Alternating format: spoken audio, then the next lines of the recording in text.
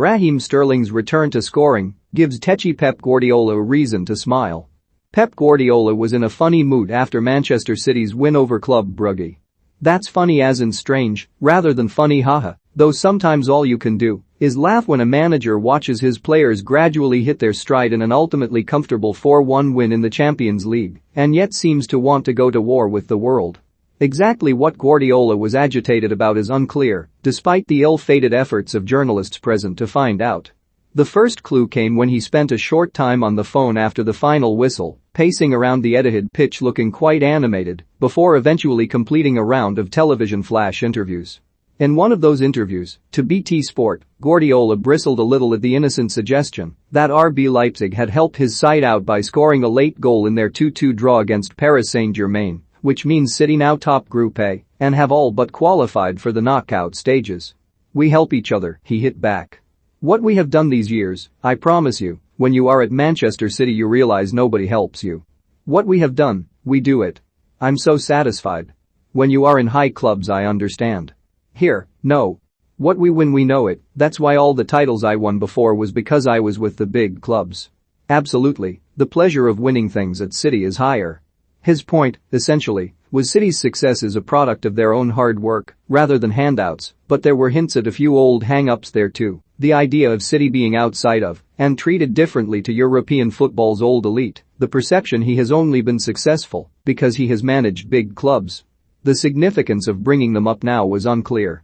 "Listen, don't misunderstand me. What I'm saying is what we've done, we've deserved it. We've done it for ourselves," he attempted to clarify. "And I'm very pleased. We don't have to be helped. Absolutely not. I'm more than pleased with what we've done as we were there all the time. All the credit we've done is for ourselves and I know what we are talking about." That's that cleared up then.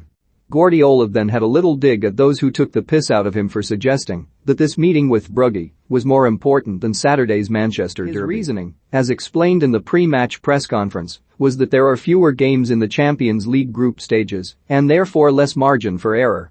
"Everyone's saying Pep is talking bullshit, I wasn't. This was so important. Hopefully in the last 16, with the best teams in Europe." The most interesting set of answers were saved for the subject of Raheem Sterling, though, who came off the substitutes bench to score his first goal in a City shirt for 2.5 months. "Raheem Sterling, centre, has lacked minutes this season. I'm so happy for him," his manager said.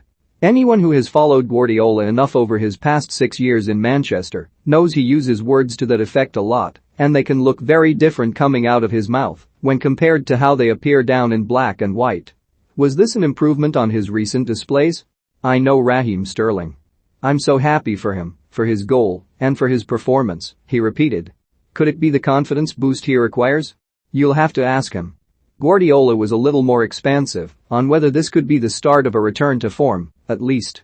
"I expect the best from my players, we play for our people, I expect the best, I want more from all of them. From staff to backroom staff, I want the best. If it doesn't go well we have a problem." You wouldn't want to bet on Sterling making a return to the starting lineup at Old Trafford in that case, but his cameo against Brugge felt like it could be the most significant consequence of Wednesday night's win moving forward. Sterling's difficulties at City since the back end of last season have been well documented. A chat with Guardiola before the start of the season helped to clear the air somewhat over him losing his starting status, though clearly, he wants to play and start more regularly. His first goal since August's 5-0 win over Norwich was the type that City had threatened to score all evening, though the typically Guardiola low crosses to the far post had often gone by without anyone there to apply the finish. Sterling, however, was on hand for a simple tap-in after Phil Foden's fabulous through ball set Ilkay Gundogan one of City's favourite routes to goal. It did not go unnoticed that Sterling was on his natural right-hand side too, something rarely seen since the second title-winning season. It was just one goal, a simple finish at that, but it could represent a fresh start for Sterling at a time when City's attack, boom one week, bust the next, is arguably in need of one too. And whatever else is eating his manager, that should be reason enough to raise a smile. Cheer up Pep, it's not all bad.